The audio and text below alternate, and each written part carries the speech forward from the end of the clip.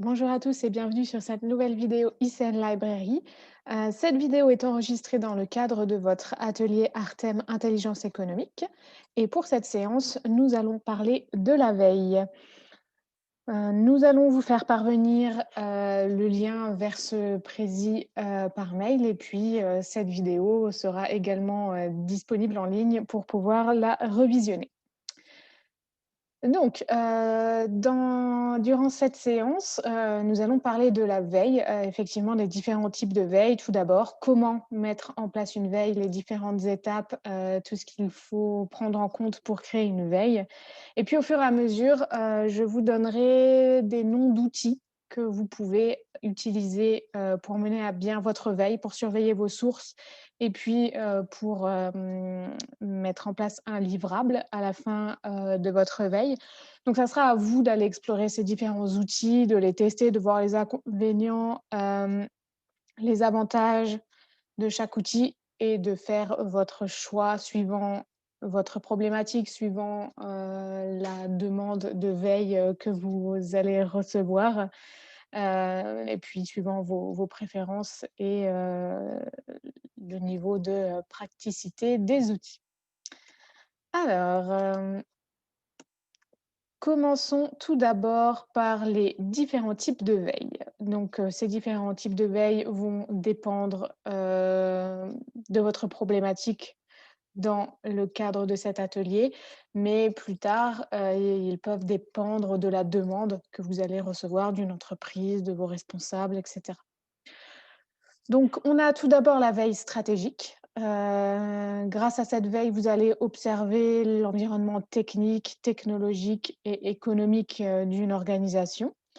Donc il s'agit d'une surveillance globale pour une meilleure réactivité en général, pour ajuster la stratégie d'une entreprise, prendre de meilleures décisions. Ensuite, la veille technologique et numérique. Donc on surveille surtout les nouvelles technologies, les nouvelles techniques, de nouvelles méthodes, de nouvelles solutions à certaines problématiques, de nouvelles normes, de nouvelles pratiques également, en entreprise, de nouveaux outils, qui peuvent être développés dans un cas précis ou, qui sont mis à disposition, de clients et qui viennent d'apparaître. Donc encore une fois, pour donner un avantage, certain, à une entreprise ou pour, un petit peu rattraper son retard, par exemple. Donc là, on se concentre uniquement sur les technologies, qu'elles soient numériques ou non, heu, aux nouvelles normes, aux nouvelles pratiques. Ensuite, la veille concurrentielle, donc on va observer, les concurrents et l'environnement. Heu, on surveille, leurs activités, donc ça peut être pour garder l'inspiration, pour rester, à l'écoute, ou pour ne pas faire les mêmes erreurs, voir les points faibles, les points forts des concurrents, pour ajuster son positionnement, ajouter sa stratégie également. Une veille réglementaire normative, notamment si vous êtes dans des domaines, qui évoluent très vite, au niveau des lois, au niveau de la réglementation, au niveau des normes qui existent.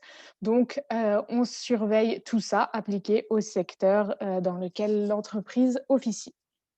Et puis, on peut faire une veille sur l'e-réputation, sa propre e-réputation, la e-réputation d'une entreprise ou d'une marque. On surveille, l'opinion, qu'ont les gens, de cette, organisation ou de leur marque.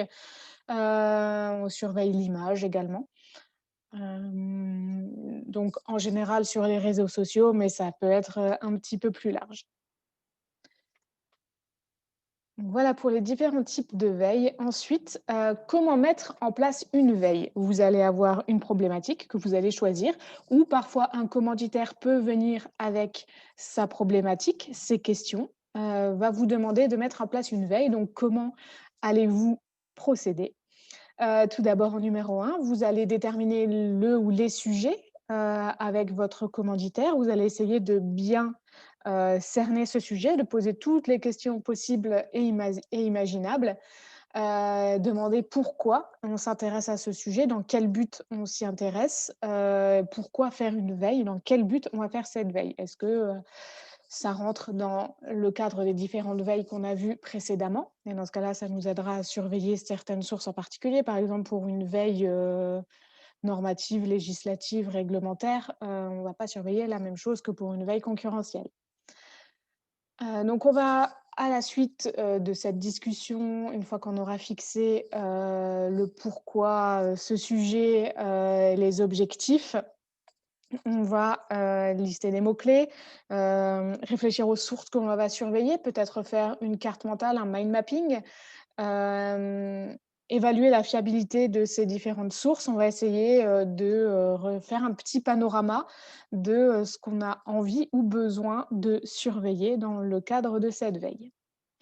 Ensuite, on va élaborer un calendrier avec le commanditaire. Il peut nous demander de surveiller, de faire une veille sur un temps donné, sur un temps très court ou plus long. Là, dans le cadre de cet atelier, vous allez être limité par les différentes, deadlines, que vos enseignants vont vous imposer, donc rendu de dossiers, soutenance et cetera. Donc prenez-le en compte. Donc on va installer les différents outils, paramétrer les différents outils, que l'on va choisir, pour, notre veille. Donc, une fois qu'on a décidé des sites sur lesquels on va créer une alerte et ben, on va, créer ces alertes.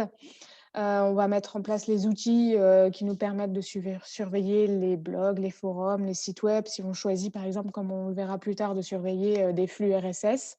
On met en place également la surveillance des réseaux sociaux, et des médias sociaux. On va suivre les hashtags, on va suivre, certaines personnes, on va pouvoir suivre des groupes Facebook, par exemple. Donc là, on met en place la surveillance de ce qu'on a choisi, au préalable de surveiller. Encore une fois, on délimite bien son périmètre de surveillance. On va surveiller aussi via les services de curation, donc ce qu'on appelle le social bookmarking, qu'on reverra, également un petit peu plus tard. On va utiliser, des outils de social bookmarking pour aller chercher, d'autres sources.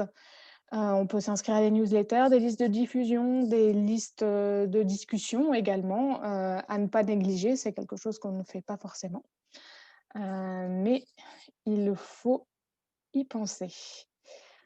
Hem Donc une fois qu'on a, mis en place concrètement cette veille, donc dans un premier temps, dans un premier point, on choisit un petit peu, on balaye toutes les sources que l'on va choisir de surveiller. Donc ça, c'est le point 1. Et au point 3, quand on passe effectivement à la surveillance de ces sources, c'est là qu'on choisit les outils, les technologies, ce à quoi on va avoir recours pour surveiller ces sources.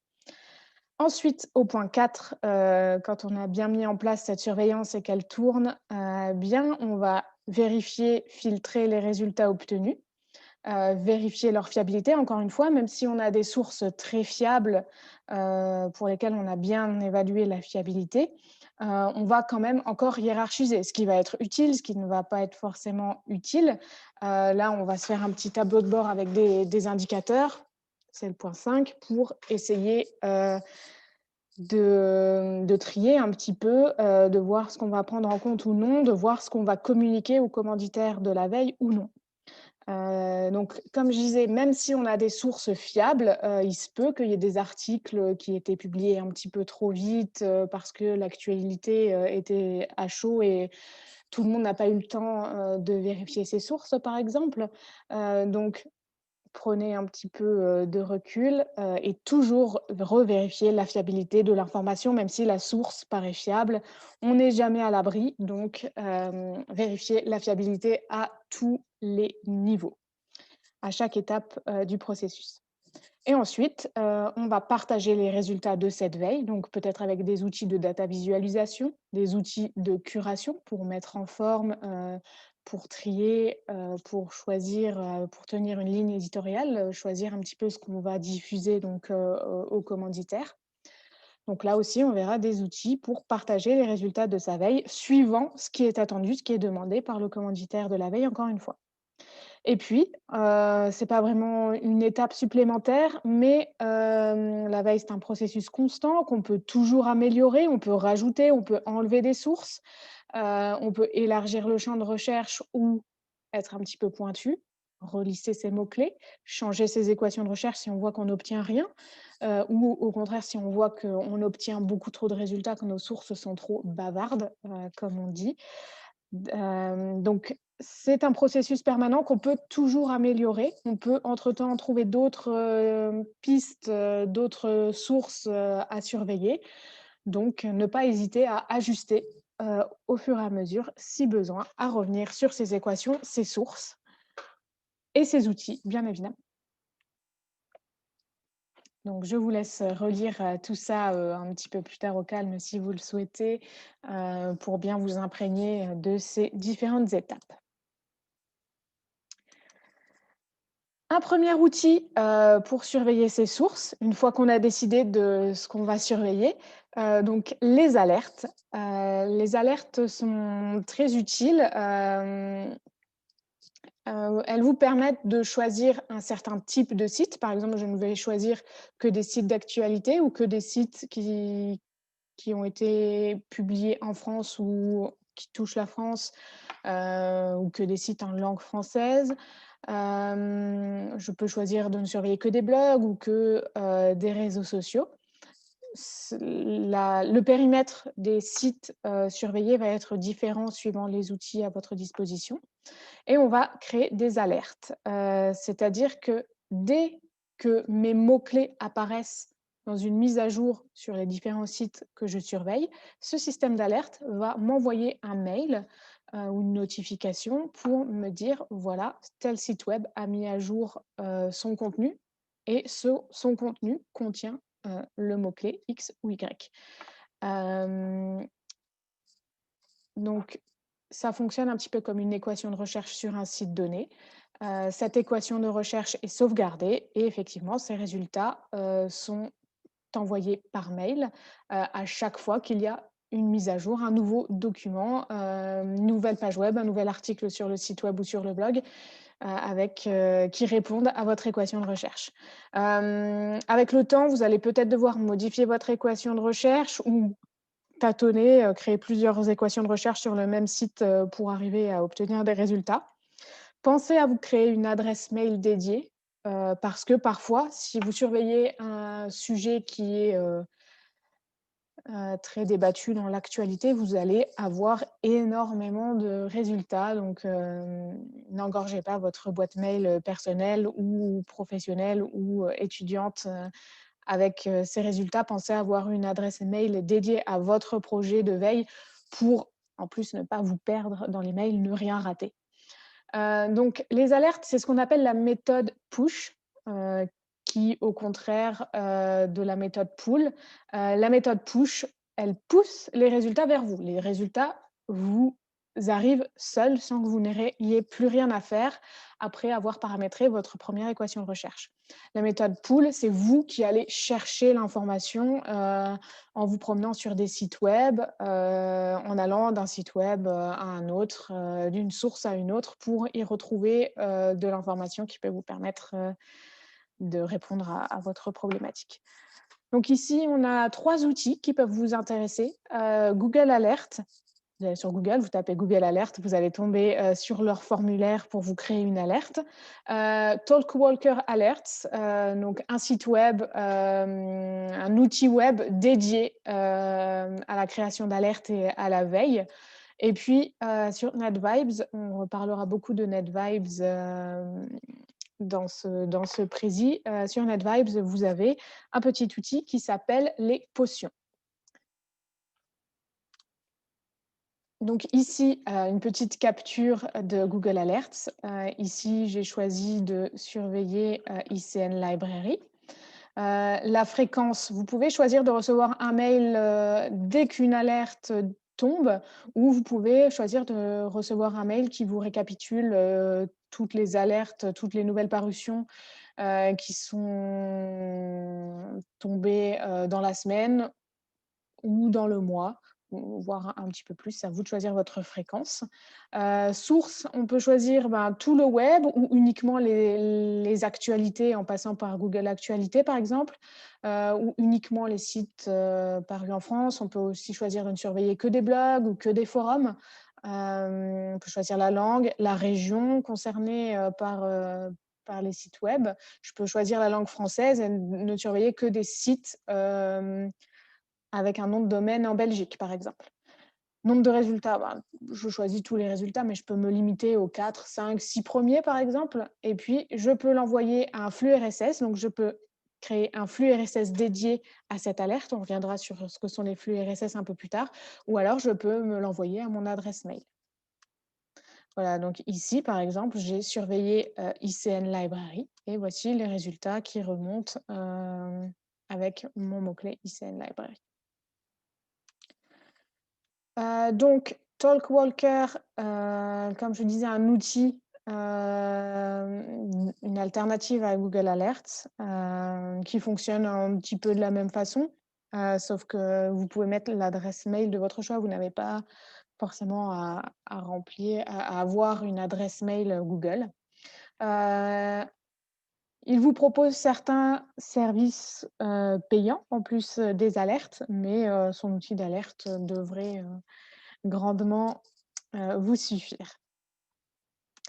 Et ensuite, NetVibes. Donc NetVibes, qu'est-ce que c'est? NetVibes, vous créez un compte sur le site. NetVibes, c'est un dashboard, un tableau de bord qui vous permet de surveiller toutes les sources que vous avez choisies, donc que ça soit de la presse généraliste ou spécialisée. Certains sites web, vous pouvez faire afficher vos sites web directement sur votre tableau de bord. Vous pouvez également surveiller les réseaux sociaux.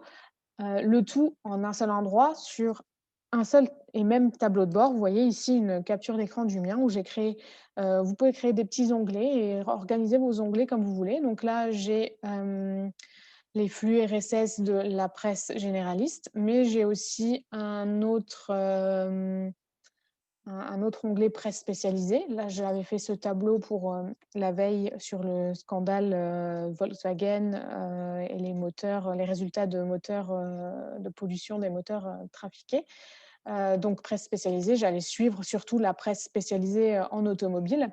Réseaux sociaux, donc je peux surveiller Twitter, Facebook depuis NetVibes. Et puis les potions, ça ressemble à ça. En fait, je vais choisir soit sur mon tableau de bord NetVibes, soit sur une autre source.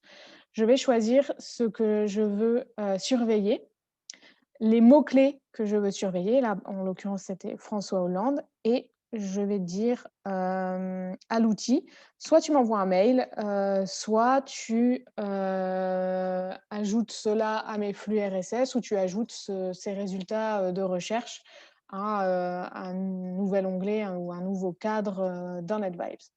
Donc là, j'avais choisi de suivre le flux RSS actualité à la une du Monde. Je voulais tous les articles dans ce flux RSS qui contenaient François Hollande dans leur titre et je voulais que l'outil m'envoie, ces résultats sur ma boîte mail. Donc c'est à vous de faire votre équation de recherche. Je veux ce mot-clé plus ce mot-clé. S'ils apparaissent dans le titre des articles publiés, dans telle ressource, alors envoie-moi un mail. Voilà, c'est à vous de choisir ce que vous allez surveiller et vous pouvez vous créer, autant de potions que vous le souhaitez, sur NetVibes pour surveiller soit ce que vous avez déjà ajouté à votre, tableau de bord, soit pour surveiller des sources, que vous n'avez pas forcément ajoutées dans un petit encart, sur votre tableau de bord. Voilà pour les alertes. Ensuite, les flux RSS. Qu'est-ce qu'un flux RSS? On appelle ça un flux ou un fil RSS. Donc, il se présente sous la forme d'un lien lisible par un lecteur de flux RSS dont le contenu est produit automatiquement en fonction des mises à jour d'un site web. Donc, ils sont souvent disponibles en bas des sites web avec cette petite icône orange que vous avez peut-être déjà vue. En gros, un flux RSS, ça va surveiller une section d'un site web et dès que la section du site web sera mise à jour, ça va ajouter du contenu, au flux RSS et votre lecteur de flux va faire remonter cette mise à jour, sur votre écran, de contrôle du lecteur de flux. Quelques lecteurs de flux RSS que vous pouvez, aller tester, donc on a NetVibes, on a Feeder, on a Flipboard, InnoReader, Feedly. Il y en a vraiment beaucoup. Donc n'hésitez pas, à aller jeter un œil, sur l'un ou l'autre. Il y a pas beaucoup de différence. Tout dépend ce que vous souhaitez, faire après de votre flux RSS, mais il y en a certains qui proposent des alertes sur ces flux, d'autres pas. Donc, c'est à vous de décider. Heu, les sites web ne mettent pas forcément en avant le fait qu'ils ont des flux RSS, ils ne les promeuvent pas forcément. Donc vous ici, je vous mets, un petit article, sur rsscircus.com qui vous aidera un petit peu à trouver, les rubriques flux RSS, sur les sites web. Il y a des, il y a des applications qui font ça pour vous, des extensions pour votre navigateur qui peuvent, quand vous arrivez sur un site web, vous dire: «Ah bah, ici, il y a un flux RSS, est-ce que tu veux que je l'ajoute, à ton lecteur de flux?» Donc vous allez trouver, des recommandations, d'outils de ce type, sur cet article, donc n'hésitez pas à aller y jeter un œil. En général, la rubrique flux RSS ou fil RSS, est mentionnée tout en bas, d'un site web ou dans le plan du site web. Par exemple, ici, sur le site du Monde, je suis allée tout en bas du site du Monde et tout en bas, vous avez, fil RSS et donc pour chaque grande catégorie du site du Monde, par exemple la rubrique internationale, il existe un fil RSS. Politique, il existe un fil RSS, société, économie et cetera. Donc vous pouvez choisir de cibler la rubrique du journal que vous voulez surveiller et à chaque fois qu'il y aura un nouvel article dans cette rubrique, dans votre lecteur de flux RSS, vous allez le voir apparaître. Et sur ces flux RSS, après, avec des outils type Potion de NetVibes, vous pouvez recevoir une alerte uniquement sur les mots-clés que vous souhaitez. Donc, exemple, je suis le fil RSS de la rubrique internationale du Monde. Et dès que le mot-clé France apparaît, par exemple, eh bien, je vais recevoir une alerte de la part du système d'alerte qui surveille le fil RSS Le Monde international et comme je lui ai demandé de surveiller le mot-clé France, il ne me fera un renvoi, une alerte que s'il y a le mot-clé France, qui apparaît dans ce fil RSS. Donc, vous pouvez surveiller les fils RSS, à la fois en pool, c'est-à-dire que vous, vous faites rediriger les fils vers vous, vous voyez toutes les mises à jour qui apparaissent et vous, vous allez fouiller dans, le flux RSS, pour voir un petit peu ce qui est publié. Ou alors vous prenez le fil RSS, vous le surveillez, vous le faites surveiller par un système d'alerte pour n'extraire que ce qui vous intéresse.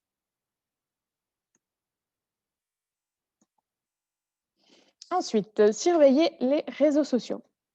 Donc pour les réseaux sociaux, comme pour, le processus de veille en général, on va cibler, ce qu'on va surveiller puisque c'est très, très large. Donc on cible les réseaux à surveiller et on va s'y créer des comptes. Pourquoi cibler les réseaux? On connaît les grands classiques, Facebook, Twitter, mais il y a peut-être des réseaux sociaux, un petit peu plus, de niche, dont on ne soupçonne pas l'existence, et qu'on peut, aller surveiller juste, à l'occasion, de ce processus de veille. On peut aussi s'inscrire pour l'occasion sur des réseaux sociaux étrangers, par exemple VK, en Russie, pour, obtenir des informations, directement, en langue étrangère ou, provenant directement, de personnes, qui travaillent ou sont installées, dans ces pays. Donc on va essayer de bien lister les réseaux sociaux à surveiller et on va aller s'y créer des comptes. On peut se créer un compte, pour l'occasion, pour ce processus de veille, par exemple, pour, différencier de nos comptes, personnels. On va cibler le contenu à surveiller sur ces réseaux et pourquoi? Est-ce que je surveille des personnes? Est-ce que je surveille des pages, Facebook, par exemple? Est-ce que je surveille des groupes Facebook? Est-ce que je surveille, un compte Instagram? Enfin voilà, je choisis qui je surveille, qu'est-ce que je surveille.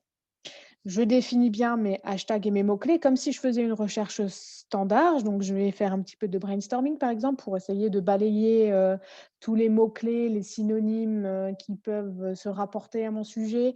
Penser aux différentes langues également. Si je surveille, sur un réseau, chinois ou sur un réseau russe, je vais essayer de traduire mes mots-clés. Et puis, comment est-ce que je vais surveiller en push ou en pull? Est-ce que moi, je vais aller tous les jours, plusieurs fois par jour sur les réseaux moi-même ou est-ce que je vais utiliser des outils pour rassembler tous ces réseaux, que je surveille et sur ces outils, aller créer des alertes? Est-ce que je rassemble tout sur un dashboard ou non? Là, c'est à vous, de choisir. Il existe des outils qui vous permettent de surveiller les réseaux sociaux. Donc là, je vous les liste: Hootsuite, Feedly, Buffer, TweetDeck qui est pour Twitter uniquement ou sur NetVibes, vous pouvez ajouter tous vos comptes de réseaux sociaux et puis, les surveiller. Hootsuite, je le recommande parce que sur Hootsuite, vous pouvez, hem surveiller plusieurs réseaux à la fois et sur ces réseaux, vous pouvez surveiller plusieurs comptes. Si vous avez 3 comptes Twitter, vous pouvez faire apparaître votre fil de ces 3 comptes Twitter différents, sur Hootsuite et Hootsuite vous permet aussi, de surveiller, différents hashtags. Vous allez pouvoir créer un petit encart par hashtag sur Hootsuite et faire défiler tout le contenu, qui existe, enfin qui remonte grâce à ces hashtags, sur Hootsuite et ils seront triés, ben, par hashtag. Donc c'est, assez utile et Hootsuite, ça vous permet aussi de surveiller, Facebook, Instagram et cetera. Donc je vous recommande celui-ci, je trouve qu'il est pas mal, mais les autres ont aussi leurs avantages, leurs inconvénients. Je les ai pas tous forcément testés, donc allez jeter un œil, de vous-même, si ça peut vous intéresser. Donc l'idée avec les réseaux sociaux, comme au début de votre processus de veille, hem, c'est de savoir s'arrêter. Au bout d'un moment, voilà, il faut, décider de qui, de quoi, on va surveiller et ne pas s'éparpiller, ne pas se perdre. Savoir se fixer des limites.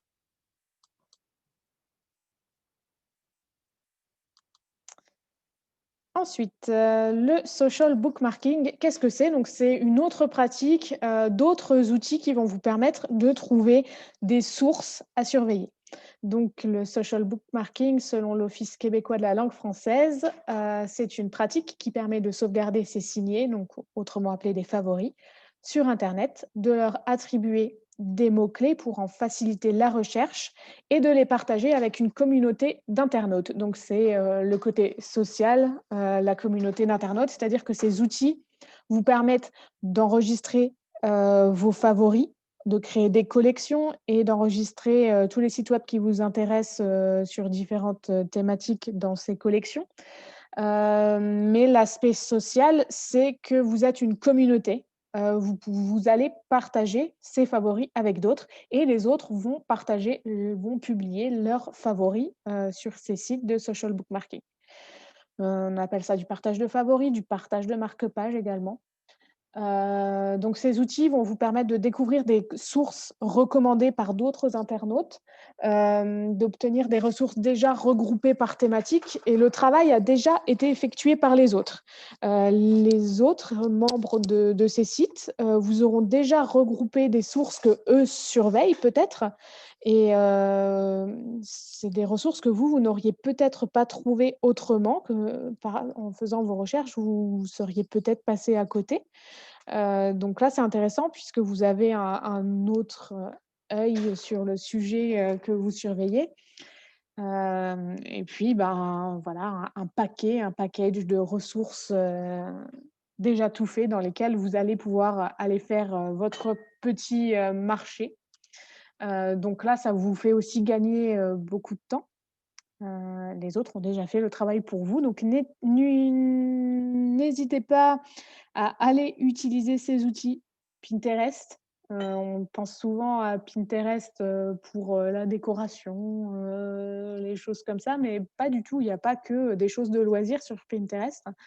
Un autre outil qui s'appelle Digg, Scoopit également. Scoopit, ça sert pour le social bookmarking, mais aussi pour la curation, on le reverra. Mais, voilà, il y a des gens qui créent des Scoopit thématiques et sur ces Scoopit, ils vont rebalancer des sites, rebalancer des articles et si ces Scoop It, sont sur des sujets qui vous intéressent, ben là, vous allez trouver des sources, des documents, super utiles pour vous. On a également Pocket. Pocket, ça se présente sous la forme, d'un plugin, d'une extension sur votre navigateur Et dès que un petit peu comme Zotero, si vous connaissez déjà, dès que vous voyez un truc intéressant sur le web, vous cliquez sur, la petite icône sur l'extension et vous l'ajoutez à votre Pocket pour le lire plus tard ou pour le conserver. Et ça peut être aussi intéressant d'aller explorer ce que les gens ont mis, dans leur, Pocket. Sur le même principe, on a Pearl Trees, où vous pouvez, organiser, tous vos signés sous la forme de dossiers, de sous-dossiers. Et puis les NetVibes, public, vous pouvez mettre votre NetVibes en public et le faire partager, le partager, avec, le web, entier, si ça vous intéresse. Donc n'hésitez pas à explorer, ces outils également.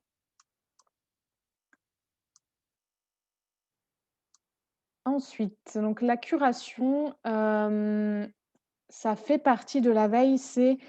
Là, on arrive vers la dernière étape, une des dernières étapes de la veille. Donc la curation de contenu, c'est, le principe de sélectionner, d'éditer et de partager les contenus les plus pertinents du web, d'une recherche ou d'une veille. Hem, Vous allez faire de la veille, vous allez avoir beaucoup de résultats parce que vous allez surveiller beaucoup de choses. Hem Sauf que votre commanditaire, ou vous, pour répondre à votre problématique, vous n'avez pas besoin de tout ce qui va tomber dans votre veille. Il y a des choses qui vont être intéressantes, d'autres moins, des choses, fiables, d'autres moins fiables. Là, c'est à vous de choisir, vos critères, vos indicateurs, ce qui est important, ce qui est moins important, ce qui est fiable, moins fiable. Là, c'est vous qui allez avoir vos indicateurs et grâce à ces indicateurs, vous allez faire de la curation.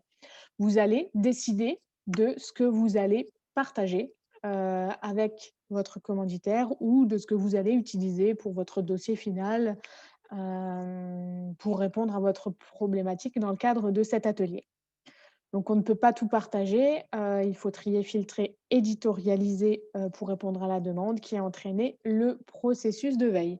Donc la curation, vous allez choisir les documents que vous trouvez pertinents, que vous voulez utiliser pour répondre à votre problématique ou que vous voulez transmettre, à votre commanditaire de veille. Vous pouvez le faire à partir d'outils, ou vous pouvez, le faire si, vous avez une problématique en particulier et qu'on vous demande de rédiger votre propre analyse. Bah, là, vous allez le faire, peut-être on va vous demander de faire un dossier, ben, la curation, ça va se faire sous forme, de, je cite mes sources, avec une norme APA, par exemple, comme dans un mémoire. Donc dans cet atelier, vous pouvez faire de la curation, et présenter, vos résultats de recherche sous un format très créatif. Donc n'hésitez pas à explorer, 1 ou plusieurs outils, à mettre en forme, vos résultats, de façon, créative, qui sortent de l'ordinaire. Là, je vous propose quelques outils qui sont assez connus, dans l'univers de la curation. Puisqu'on peut faire de la curation, en dehors d'un processus de veille. Ce que vous choisissez de repartager sur votre compte Facebook ou Twitter, par exemple, c'est déjà une forme de curation. Parce que ça vous parle à titre personnel, que ça vous a fait rire, que c'est un sujet qui vous touche, ou que vous étudiez, par exemple. Il y a déjà une forme de curation tout à fait personnelle, sur, vos propres, pages de réseaux sociaux, par exemple. Donc là, dans le cadre de la veille, quels outils on peut utiliser? Sans s'y limiter, hein, il y en a d'autres qui existent, que vous connaissez, que vous aurez peut-être envie d'utiliser. Donc on a Paperly, Scoopit, Flipboard, qui vous permet de présenter sur Paperly sous format d'un journal, le contenu que vous choisissez d'y ajouter. Scoopit, ça se présente sous, la forme d'une page web qui ressemble un petit peu à un blog, où vous allez pouvoir ajouter, des articles, pareil, ou des documents, qui vous intéressent et les publier sur cette page Scoopit. Et vous avez également, l'outil, Flipboard. Les outils de social bookmarking peuvent être utilisés pour faire de la curation si vous y éditorialisez votre contenu. Donc c'est-à-dire que vous pouvez vous créer un compte, sur un outil de social bookmarking. Par exemple, vous pouvez créer un Pinterest un compte Pinterest et ce que vous allez publier dessus, ça sera le résultat de votre recherche. Et en parallèle, vous pouvez utiliser Pinterest comme un outil de recherche, mais aussi comme un outil de curation pour publier vos résultats de recherche. À partir du moment où vous éditorialisez, vous allez passer à un niveau au-dessus du social bookmarking et être dans la curation. Je peux créer un compte Pearl Trees pour présenter mes résultats de veille, par exemple, où je vais créer différents dossiers et dedans rajouter, mes résultats de veille, rajouter des documents. Comme je le disais, un compte, une page sur un réseau social, si vous voulez, si votre commanditaire, vous dit, OK, je veux bien que vous me présentiez les résultats, de votre veille, sous format d'un compte Twitter. Bah, vous pouvez tout à fait, en retweetant, ce que vous avez trouvé sur Twitter ou, en ajoutant des liens vers, des articles, des documents, des sites web, des articles de blog que vous avez trouvés, durant votre processus de veille. Vous pouvez utiliser également des outils de data visualisation. Donc on a Tableau, Plotly, Data Hero. Je vous laisse les tester. Je les connais de nom, mais je n'ai pas mis, vraiment le nez dedans. Donc n'hésitez pas, ça peut être l'occasion de faire un retour, à tout le groupe, à tout l'atelier. Voilà, donc les outils, vous allez les sélectionner selon la demande dans le cadre de cet atelier suivant ce que vous avez envie de faire, suivant peut-être votre sujet. Votre sujet va peut-être s'adapter plus à un outil qu'à un autre, suivant votre créativité. Vraiment, tout est possible. Donc n'hésitez pas, à explorer ces différents outils. Ça vous permet donc de mettre en forme, les résultats de votre recherche, les résultats de votre veille pour répondre à la demande ou à la problématique que vous aurez choisie. Voilà, donc on a vu, les différents types de veille, comment mettre en place, une veille, grâce à différents outils, donc les alertes, les flux RSS, la surveillance de réseaux sociaux et les différents outils qui existent pour surveiller les réseaux sociaux. On a vu un petit peu les outils de social bookmarking qui vont vous permettre de trouver des sources, à surveiller, mais qui peuvent aussi être utilisés comme des outils de curation. Et on a vu également quelques outils de curation qui vous permettent, de mettre en forme, les résultats, de votre veille et de diffuser ce que vous avez choisi de diffuser à la suite de votre veille, et à la suite, de votre processus de tri des résultats de votre veille. Heu et enfin, je vous propose une petite partie, carte mentale. Donc on parle beaucoup des cartes mentales dans cet atelier puisque c'est assez pratique, pour, réfléchir ensemble, mais aussi présenter un processus de réflexion. Donc je vais vous montrer sur la diapo, suivante. On a réalisé une, carte mentale qui, reprend les grands principes de la veille, les différentes étapes de la veille, les différents outils de la veille. Dans votre dossier final, dans votre soutenance, on va vous demander un petit peu d'expliquer comment vous avez fait votre veille. Donc vous allez pouvoir réutiliser, cette carte mentale et nous présenter votre processus de veille sous forme de carte mentale.